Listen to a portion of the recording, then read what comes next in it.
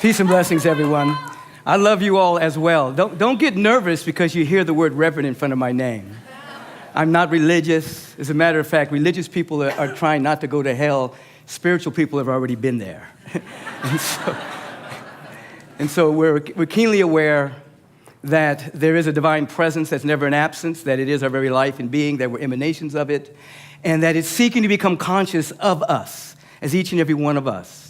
Look around the room for a moment and see all the people that you've fallen in love with during these 5 days of transformation and celebration. Just release a dynamic prayer for all of these beings, that they may wake up to their extraordinariness, that their magnificence, and realize, of course, as the law says, that you only get to keep what you give away. So as you are indeed casting prayer on all of these individuals, it's getting on you first.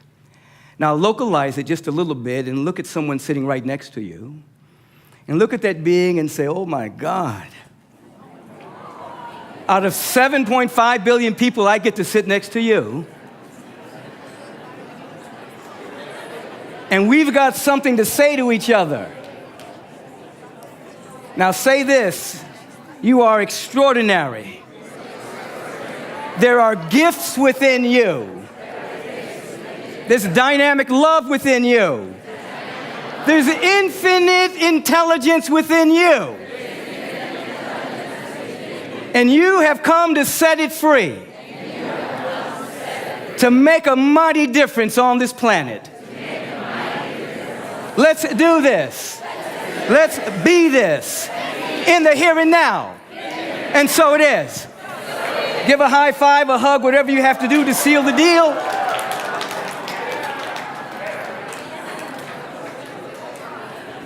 And be keenly aware, as you already know from the beginning of our time together on Wednesday or whenever that day was, that you've been co-creating a field of love and beauty and intelligence, a field that is real as electromagnetism or gravity, a field of love and beauty and intelligence that's becoming active in you more and more and more and more, that's pulling you out of the world of lack and limitation, scarcity, not enoughness, impossibility thinking, racism, bigotry, homophobia. That world, you are pulled out of that world. And the conversations that you are having is beginning to create, and for many of you is already magnifying the world that you're already living in. All of you know by now that there's a difference between the world and the planet. The world is a synergetic network of conversations, beliefs, perceptions, attitude, experiences that create a world. And the planet is, of course, Gaia. It's a 3/4 water. It's alive. It's vibrating. Its energy is becoming more and more awake and more alive every minute that we're here. And so there's a difference between the planet and the world. Two people can stand on the same place on the planet, but be in two different worlds based on their inner perceptions, their beliefs, their attitude, and their opinions. So you have created a field in which you are inviting yourselves to be in a world of possibility, to be in a world of intelligence, to be in a world of inspiration, to be in a world where the activation of your gifts, talents, and capacities becomes so vibrationally real to you that all that you see are open doors and possibilities, that all that you see are your assignments for downloading the world that most people can't see and anchoring it in time and space through your conversation, through your word, through your actions, through your deeds, and through your attitude. You're coming to an awareness, as you have heard the speakers speak this particular week. You have come to an awareness that there is a difference between consciousness and content. We throw the word consciousness around all of the time, but sometimes we need to just break it down. And there is a difference between consciousness and the content of your consciousness. Just as there is a difference between the ocean and the pollution in the ocean. They are not the same thing. Your consciousness, your awareness, you as an avenue of awareness is not the same as the content that is flowing through. The beliefs, the experiences, your perception of your past experiences, that's content. But your consciousness is your absolute awareness, that God consciousness, that love consciousness, that peace consciousness. You are becoming aware that you are aware. And because of this week and the extraordinary work that you're doing upon yourselves, you're learning to separate yourself from content as identity and step into an ever-expanding awareness where you have choice to begin to identify yourself with that nominal awareness, with that which is beyond phenomena, that which has never been born, that which will never die, that which is your real life, which is extraordinary, which is light and love and luminosity. And the moment that you begin to disidentify yourself with the historical self, with the content, in that instant, you become available to rich inspiration. No longer mentation, no longer the regurgitation and the rehashing of the thoughts that are emerging from your historical self that has created a construct, a world of safety, a world of convenience, a world of comfort zone, compulsive behaviors, defense mechanisms, and that will keep you safe within the construct that the historical self is creating. Are you following what I'm saying? Yes. Am I speaking too fast? Yes. All right. And so in that instant, when you begin to disassociate yourself or have aha moments, insights into your ever-expanding awareness of your oneness with love and beauty and intelligence, this moment of choice is a function of expanded awareness. Everything else is reaction within the construct. In that moment, you begin to break free. You begin to see that you have been indoctrinated by the world of appearances, the nefarious and malicious hypnotism from mass media about the world that you live in, and you have been reacting to that particular world. Many people live in that world. It's the world of appearances. It's the world of lack and limitation and fear, doubt, and worry. It's the world of business as usual. Humanity will never, ever solve any of these problems, so just get rich, be happy until you die, or be anti-bored until you die. But the moment you begin to break free from that construct, you begin to see a different world. You begin to see a world of possibility. You begin to see a world of opportunity. You begin to see a world where your assignment is. In the first world of appearances, it's just trying to make it in the construct of separation, comfort zones, conveniences. In the second world, you see opportunities, you see possibilities. Every being that came up here during this particular week talked about seeing opportunity and possibility, even if it emerged from pain. Whether it emerged from pain or insight, it motivated them to see the world differently. And then as you continue in your spiritual practices, as you continue making high choices, as you continue having a transformational conversation, as you continue to study, as you continue to open yourself up to insight and revelation, you begin to see a different world totally. You begin to see a world untouched by time and space. Many years ago for me, as I was attending USC as a psychobiology major, my trajectory was med school at that particular time, and I began to have a series of inner experiences that I labeled pathological. I was in the psychology department. You don't talk about dreams and visions.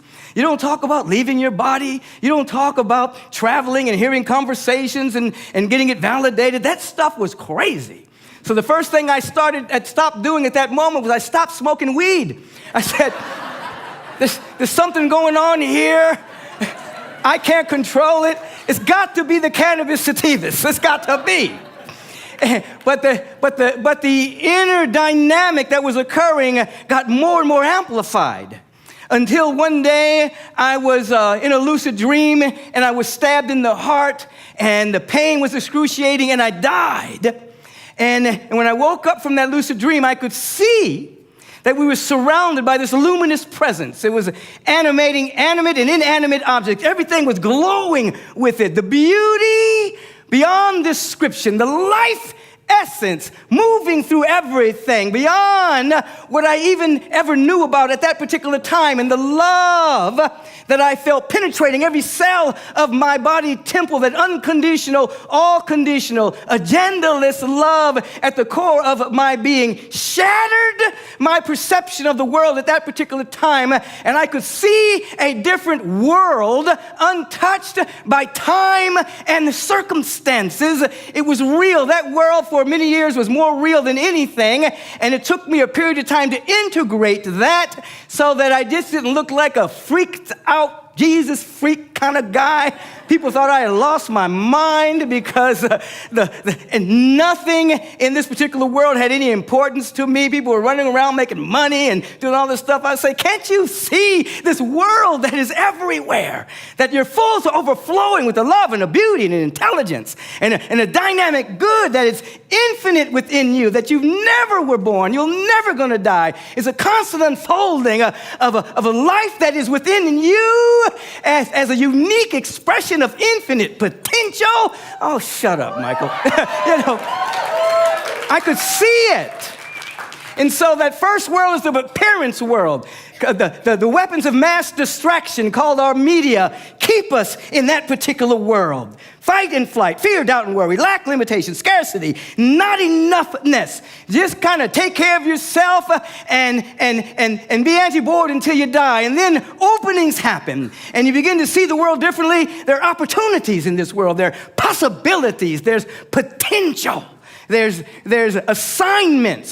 The world provides for us our assignment to activate our gifts, talents, and capacities so that we take that assignment, and that assignment, as we move towards that particular assignment, activating our gifts, talents, and capacities, our life begins to change. That which is latent within us becomes active. That which is potential becomes possible. And we become different beings, moving in the direction of what's possible, and then continuing our inner dynamic work. We begin to see a world. Perhaps it's called a vision. Perhaps it's called a dynamic dream of possibility. And from that moment on, we're pulled by this transcendent vision that becomes more and more imminent with every step that we take towards the activation of our potential. And we end up living in that world even when we're in time and space. When Lisa Nichols was playing that particular tape recording of Dr. Martin Luther King Jr., he had the capacity to live in the finished dream, even though he was going through the slings and arrows and oppression and degradation in time and space. The world that he wanted to live in was more real to him than the temporary experience that he was going through. There comes a moment when we can see and describe that world of possibility, and it begins to activate our nervous system. It begins to activate everything, and we see it. It informs our thought, called inspiration. It informs our conversation, called blessings. It informs our work of our hands, called gifts. And we live in that world even before the manifestation of that world occurs. And as Tom Chi reminded us today, even if you fail walking in the direction of that world, your energy, the template, the vibratory frequency that you released goes into the noosphere, the mental atmosphere of the planet, and it assists everyone continuing to unfold and grow, develop, and unfold to their greatest yet to be. As a matter of fact, when we talk about spiritual terminology and we hear the word image and likeness of God, people don't break that down as well. And they think that you look in the mirror and you say, I'm looking good today. God is looking really good today. But no. We're talking about a formless, intangible substance of love, beauty, and intelligence that's conscious of itself. The image and likeness of God means you share a faculty with the infinite, and that faculty is reflective consciousness. That you have the ability to think independent of circumstances. You have the ability to think independent of your historical self. You have the ability to think independent of anything that has happened to you, and to make a new choice. The moment that emerged in human consciousness, natural evolution stopped, And now all evolution is participatory. You have to participate in your own unfolding. It's not just going to happen for you. It's only going to happen according to your ability to participate. As you are doing this week, you're participating with new ideas, new insights, new relationships, new revelations, shifting your priorities. You're participating so that that evolutionary impulse that governs all creativity, that evolutionary impulse is another name for God, that evolutionary impulse, you're giving it permission to take over. You're surrendering to it, so that you're pulled by the new world, the eternal world of joy and harmony and happiness and love and peace, and you're participating in with your moment by moment by moment choice. Are you picking up what I'm putting down? Are you getting it? And so, as we're moving through these three worlds, we begin to navigate through these three worlds through many ways. You've heard people talk about it. Some people were motivated by pain, and it woke them up. Some people were inspired by an idea that captured them, and it wouldn't turn them loose. Whether it's pain or insight, we're growing, developing, and unfolding. And from that stage 2 consciousness that Vision talked to you about in the construct of my 4 stages of spiritual growth, development, and unfoldment, stage 2 is motivation, external motivation. That's stage 2. Stage 3 is inspiration from the mind of the infinite when you're captured by an idea. Stage 2, you learn how to program your mind, because your mind, in many cases, has been misprogrammed. You've been told that you're not worthy. You've been told that it's not enough. You've been told that the world doesn't work. You've been told all of these things, and so you become aware that you have a mind, but you're not your mind, and you can begin to program your mind. You begin to tell it what you want it to think. You begin to tell it you're poised, confident, articulate, and spiritual, powerful. You begin to tell it all of my needs are met. You begin to tell it everything is working together for my good. You begin to program the mind that all that I need is within me. Anything that I can want, hope for, and desire is already loaded and coded within every cell of my body, temple, every cell of my being. Even the spaces between my cells are full to overflowing with a luminous darkness that contains infinite potential. You begin to affirm and program the mind, and then you segue into a more of a stage 3 awareness where you're humble enough to ask for help, to be available, to be open,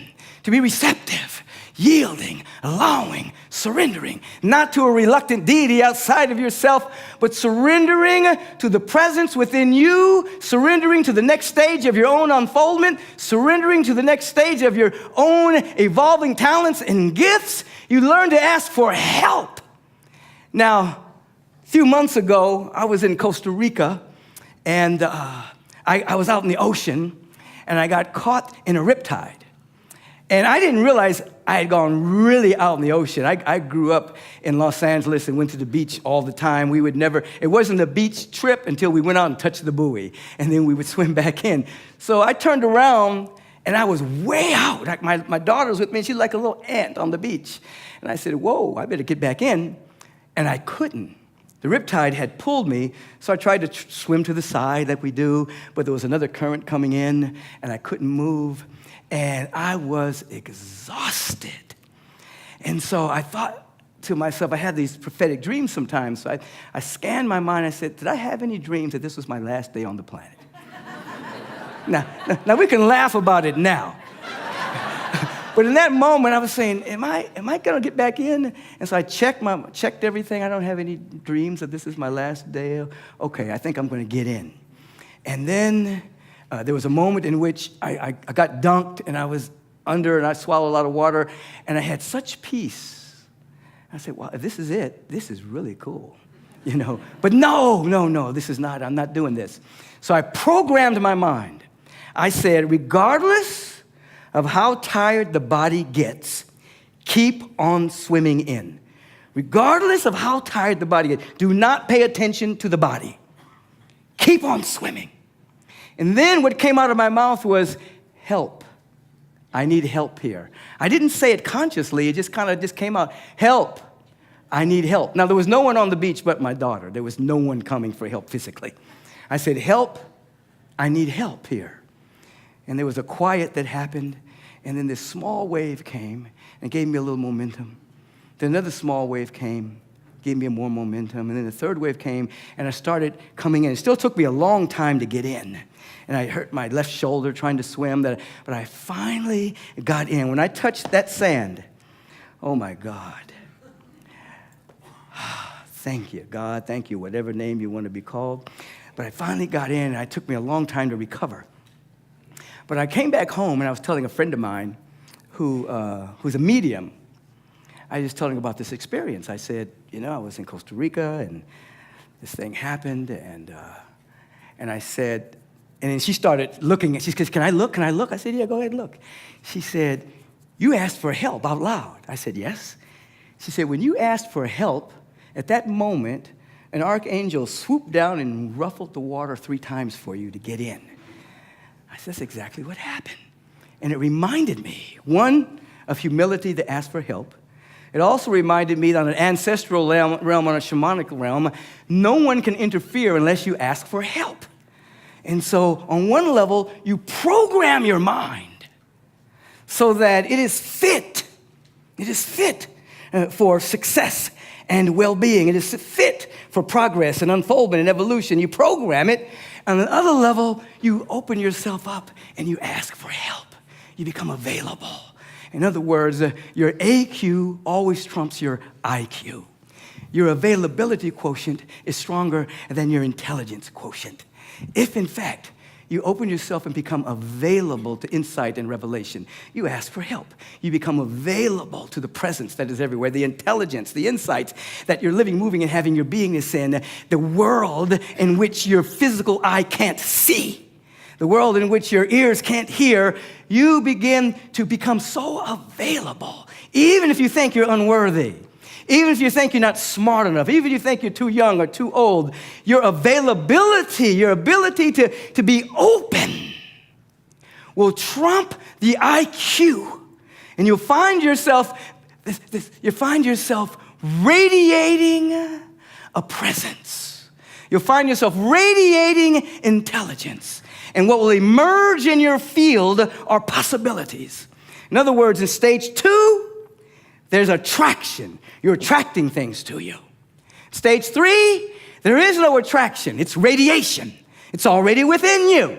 You're now available to it. And you begin to radiate. And since we live in a field of infinite potential, when that inner condition becomes right, the potential rises. It's emerging. The gifts emerge. The possibilities emerge. There's no cause and effect at this level. Everything already exists in the field of infinite potential. And now you've become the right being through your availability, and that which is already here emerges via your radiation. Are you picking up what I'm putting down here? Yes. You catching this? And so in stage 2, you have mind power. Sometimes that turns to willfulness. Stage 3, you have willingness. Where there's willfulness, there's a wall. Where there's willingness, there's a way. It's a different frequency, a different vibration, different frequency, different vibration. Take a breath here. Release. Take another breath. And so here you go. Continue to feel this. Continue to feel this. You have content. You identify with your content. You begin to identify primarily as a historical being. You identify with your expanded awareness through affirmative prayer, meditation, life visioning, yoga, whatever technology you're using. You begin to identify with the light and the luminosity of your being. You do not put down your human incarnation. You do not put down the historical being. That is your lamp shade, but it is not the light. We get to celebrate our lamp shades. We're black, we're white, we're straight, we're gay, we're bi, we're trans, whatever we are, we get to celebrate the lamp shades. But that's not our primary identity. That's the shade. The primary identity is a historical being that never had a birth, that's radiating and glowing through remove the lampshade. And here's what happens as you incrementally have insights into that awareness. You become impervious to the laws that have been set in motion by the lampshade. In other words, every temporary identity has its own mental laws and stereotypes and glass ceilings and things as to how people think about you based on the color of your skin or your gender. They have their own mental laws.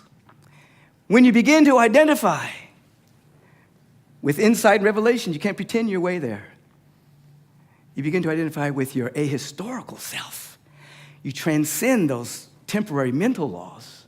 And you begin to evoke a law of love and beauty and resurrection and renewal and transcendence. It starts to take over your existence. And you begin to realize that so for so long, you have not been in touch with reality. You've only been in touch with your thoughts about reality. Two different constructs. I'll give you two examples. One, when I was attending Morehouse College before I went to SC, we used to do a practical joke. I don't know why we called it practical. But we would take a book of matches, light a match, blow it out, and then we'd go touch somebody really fast with a cold match. They thought they were being touched with a hot match, and they would form a heat blister. And they'd be all upset and say, no, you did that. You thought you were being touched by a hot match, and so your thought about that reality created that experience. Follow me. And we'd have a crowd. And then they would do it to somebody. And at the end of the day, people's coming to an awareness that their thinking was producing the heat, producing the blister, but it wasn't a match. Now, a few years ago, I was coming home from a conference. It was a conference that we had put on, a Season for Nonviolence conference under the aegis of the Association for Global New Thought. Matter of fact, that was the last time I saw Yolanda King, the eldest daughter of Martin Luther King Jr. alive. She was a member of my congregation. And on the way to the airport, I got into the airport uncustomarily early, because I always have drama around airports. I always stay where I am too long because I love where I am. Oh, I gotta go, okay. And so I got there uncustomarily early, but I noticed I didn't have any names on my baggage. So I reached behind the bin there to get some baggage tags, and I was writing, and I looked up, and I saw this police officer looking at me. He was staring at me. And so I tried to ignore him. And you know what happens when you ignore somebody? You're engaged with them. So I'm trying not to pay attention to this police officer. I get down on my knees, I'm writing my name on the bag, putting it on the baggage. He gets on his walkie-talkie, and then there are two police officers standing there. So my historical self is thinking, did I do something wrong going behind there? I haven't done anything. Why is he staring at me? So I try to ignore them both. So I get down on my knees, I'm writing, and I can feel them coming up behind me. And he says, "Sir?" I said, "Yes." He said, "Me and my wife drew a line in the sand ever since we saw you in The Secret. and we were staring at you because we wanted to make sure that was you. Because you changed our lives so much. So I called my friend over here because I wanted to introduce him to you. Because ever since we saw you, we followed your work, we Googled you, we went on all this stuff, and we started taking your classes. And I'm leaving this job in August because I'm going to go for my bliss now. And my wife is taking all these women classes, and we just wanted to hug you." And so I'm standing in front of the airport hugging these two, which I thought were police officers. I'm hugging these two peace officers. And we're just hanging out at the airport, just hugging and exchanging numbers and going through this. But the point is, I had an experience of my thought about reality.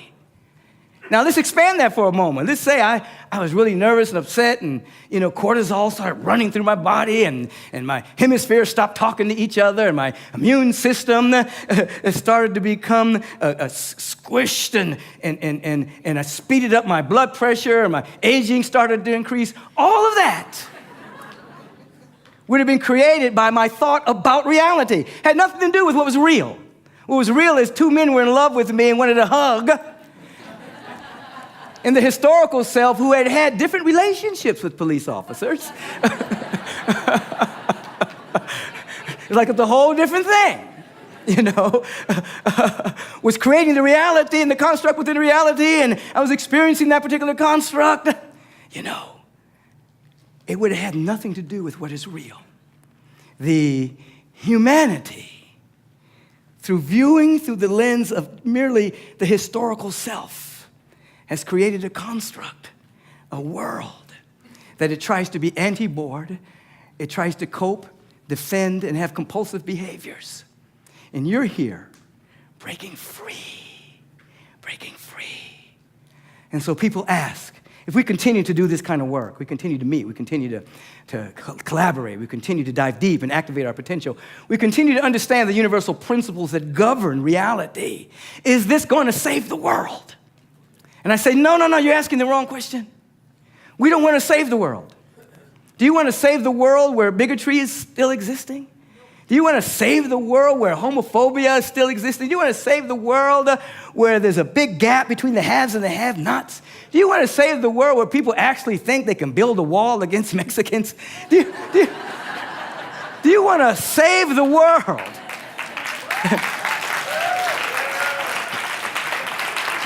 Do you want to save the world in which we're eating depleted, neutered food, and you want to save the world in which we're polluting our environment and the oceans? Do you want to save the world in which there's mass incarceration? Do you want to save the world in which our taxpayer dollars is going to build more and more and more and more weapons while the other weapons are sold on the black market to fuel other wars on the planet for somebody's profit? Do you want to save that world? No, we're not here to save the world because the world is different from the planet. We are here to serve an emerging paradigm. We're here to serve a paradigm that we're beginning to articulate at a gathering like this. We're beginning to articulate a new world, a possibility. We're beginning to articulate it. And as we begin to describe and articulate this world, it begins to show up. You begin to collaborate. Collaboration is the new sexy at this stage of our evolution. Immature competition is fading, and the new sexy is collaboration. Who you collaborating with? Who you working with? Who you sharing with? Who are you sharing your resources with? It becomes the new sexy. So we're not here to save the world. We're here to serve that which was previously invisible, articulate it, until we become the instruments of its visibility. You begin to ask yourself, am I representing with my thought, my word, and my deeds this world that I'm beginning to see? It begins to allow you to have moments of sobriety, not just free from alcohol. I'm talking about and drugs. A moment of clarity is what I'm about to say or do. Does it represent the emerging paradigm that I want to live in? It becomes a dimension of our practice so that we ultimately anchor. And then we begin to, as we've talked about here at this conference. The last time I was with Tom Chi, we were at a Success 3.0 conference in Denver 2 years ago around Halloween. And he came with his big brain, as he always does, and wowed everybody. And I had the privilege of closing the conference with a description of what Success 3.0 meant. And I said, and this is so fitting for us here, I said, success 1.0 is I get rich. 1.0, I'm getting rich by any means necessary. I'm going to be rich. I'm going to have all of my needs met. Success 2.0 is I get rich and I become a philanthropist. I want to get rich, and when I get rich, I'm going to give. When I get rich, I'm going to share. When I get rich, I'm going to support things I believe in. Success 3.0 is in my business model is my give back. In my business model, as I am developing my business, already built within that particular model is my give back, where I'm supporting the emerging paradigm so that my business is fueling and funding the world I want to live in. You guys are 3.0 success moguls. That's where you're living. That's your dynamic. You're not just trying to get rich. You're not going to wait till you get rich to do something good on the planet. It becomes a part of your DNA. And it comes from the fabric of your being when you have a realization, as was already said, the fulfillment, it's about fulfillment, not fulfillment. It's not about fulfillment, it's about fulfillment.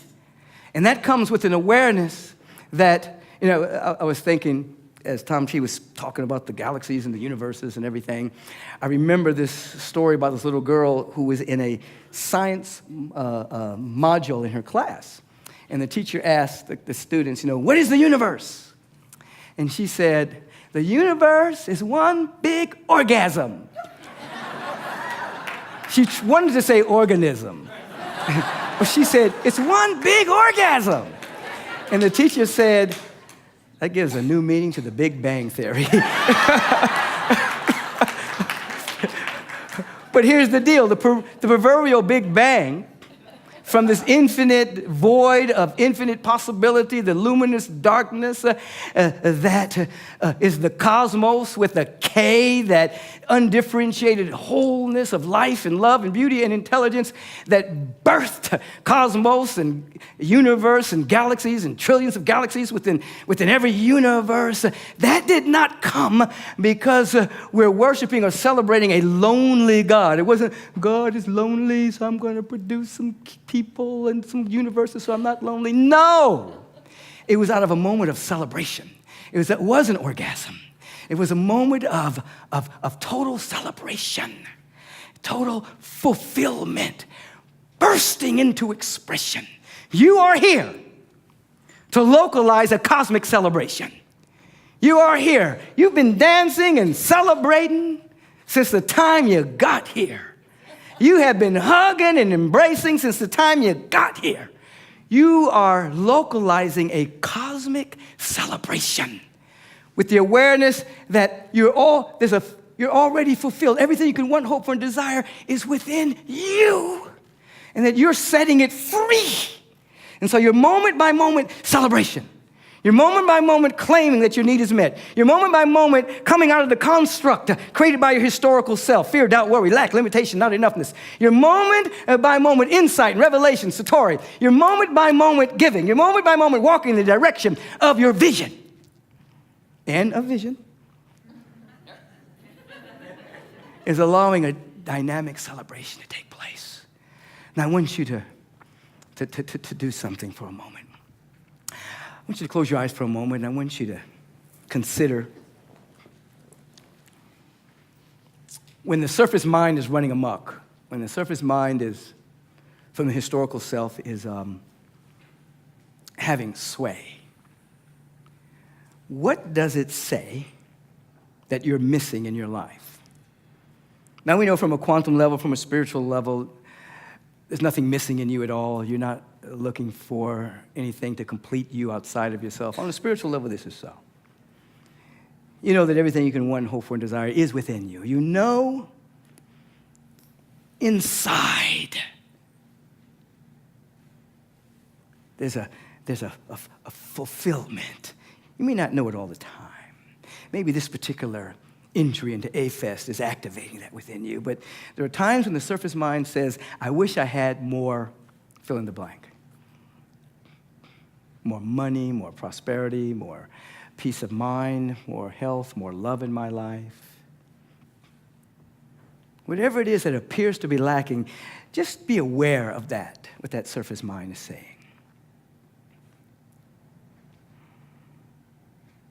And we'll take you on just a brief journey. I want you now to become aware of someone in your life or someone that you know where that particular quality of life is not an issue for them. That when you think about them, they're living that particular quality in abundance.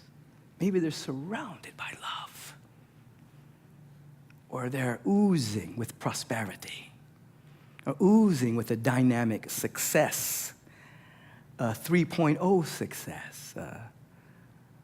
They're oozing with a sense of peace. So when you think about them and you see them in your mind's eye, they seem to have what appears to be lacking in your life. The first thing I want you to do is to be aware that you can only see that in them if it's in you. Even if it's in incipiency, an embryonic state.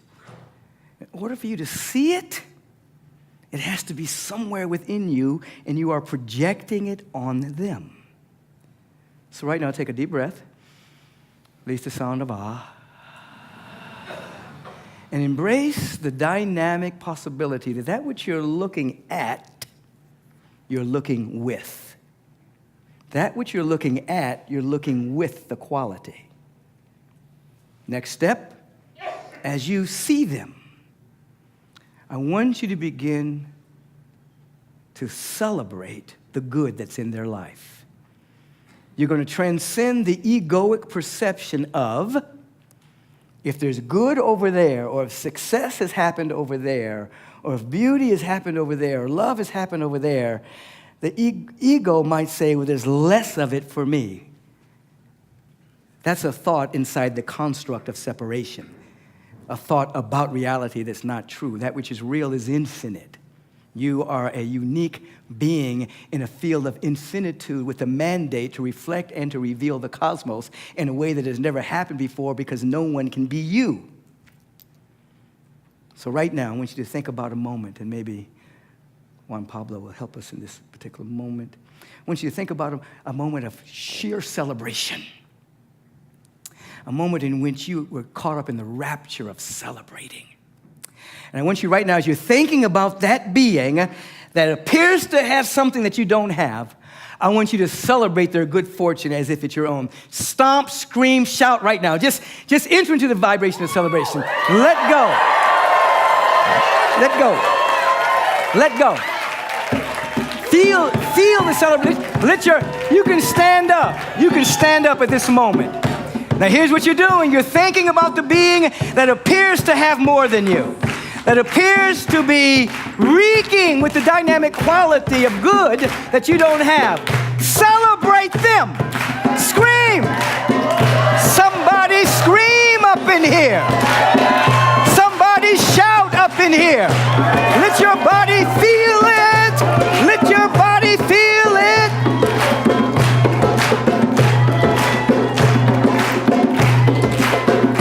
You're celebrating them.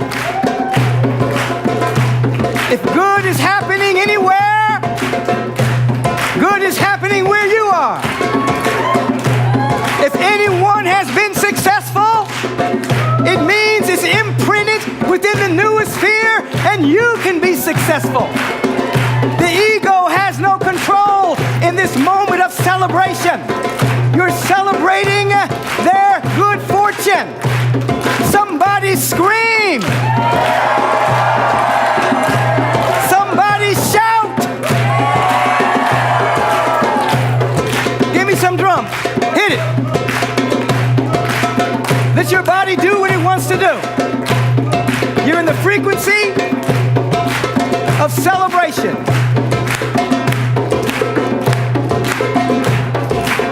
Feel it. Feel it.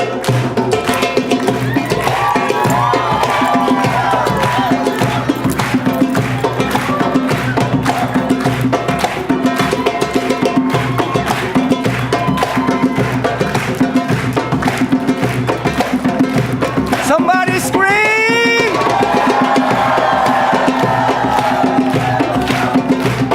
You got infinite power, infinite energy.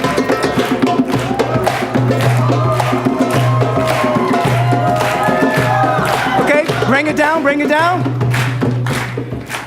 Now I want you to feel a moment in your life in which that particular quality was not an issue for you. Before experience and your interpretation of the experience came. And you began to think, I'm not worthy. You began to think, I'm not enough, I don't have enough. You began to think, the good is happening over there, therefore it can't happen over here. Before all of that. And if you can't think of a moment, re-engineer your imagination. So you imagine what it feels like to have that quality in abundance. First, you remember it, If the memory isn't there, you imagine it. You got it? Now take a breath. Release the sound of ah. I'm going to ask you to take a breath in a second, and I'm going to ask you to take a breath, and you're going to hold it for a couple of seconds. When you hear the clap of my hand, you're going to magnify that feeling times 10. Take a breath, hold, magnify. Ah. You're activating the mystic chord of memory. When you had all of your needs met on every level so that you're living from a sense of fulfillment, not fulfillment. A sense of giving, sense of generosity. The world does not have anything for you. You have everything for the world. You have come bearing gifts, talents, and capacities. The world doesn't have anything for you.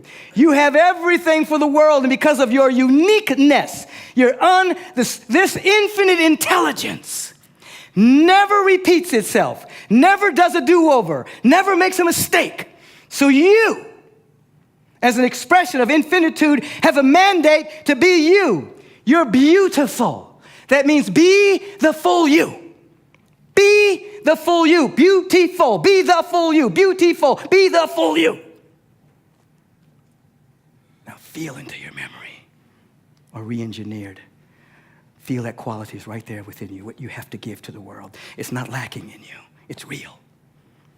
Now, let's amp up the celebration. Celebrate that you've got it. Celebrate that it's within you. Celebrate that the entire universe is on your side, seeking to become conscious of itself as your life. It's friendly. It wants you to be you because only you can be you. Celebrate that everything you can want and hope for and desire, you've already got it, and you're not trying to get it, you're trying to let it. You're trying to allow it. You're trying to yield to it. You're seeking to surrender to it. You're open. Somebody scream.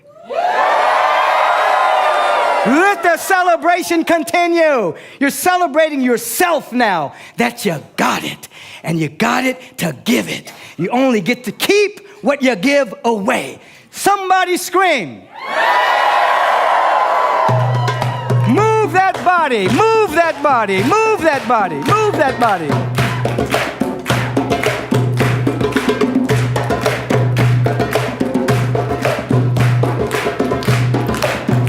Repeat after me. All my needs are met. All my needs are met. All my needs are met. I've got so much to give. I've got so much life to live. I've got so much to give. I've got so much to give. I've got love to give. I've got peace to share. I've got joy to share. I've got intelligence to circulate. I've got gifts to give. I've got gifts to give. I've got gifts to give. And it's happening right now. When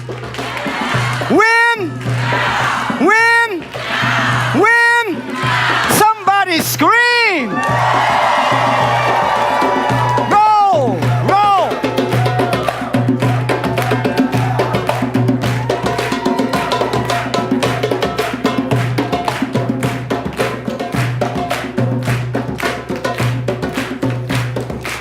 I'm just your rockin' DJ from LA here to say, hey, who loves you, baby? It always begins where it always begins, that is within. We begin to see an ultimate reality, and as we see it, it sets us free. Somebody scream about it. Take a deep breath, release, and be aware that as you continue consciously on your journey, you bump into amnesia and deja vu happening at the same time. You begin to forget your historical self as your real identity, but you feel like you've been here before. It's a homecoming. You're not in the past, you're not in the future, and you're not in the present. The past, shame, blame, immature pride. Future, ambition, and fear. Present, Sometimes it's embarrassment and vanity. It can become an open door for the eternal now, a moment in which you are free. Those insights, freedom. Free to choose out of the construct. Your good is not in your comfort zone. Your good is not in the convenient zone. The good is outside of your present paradigm. Everything you're doing is about breaking free so that you're guided, you're available, you're open to help. Collaboration, you're open to help from the wisdom that's all around you. You're open to help. And you yield to it. Indeed, something wonderful is happening, and it's happening through you. Now, peace and blessings to you. Peace and blessings.